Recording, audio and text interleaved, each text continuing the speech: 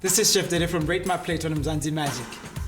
Today, for your hearty harvest time tip, we're going to be making carrot, orange, mint smoothie.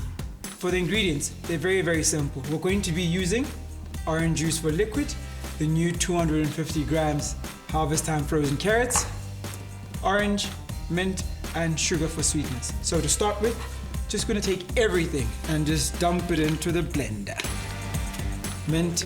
The nice thing about this 250 grams frozen carrots is that you can do anything with it, and it's compact enough to feed 4 people. So for a quick meal, this is it. So for this, it's perfect. And the liquid. Get ready for the noise. Let's just taste what we're working with here. Very little sweetness.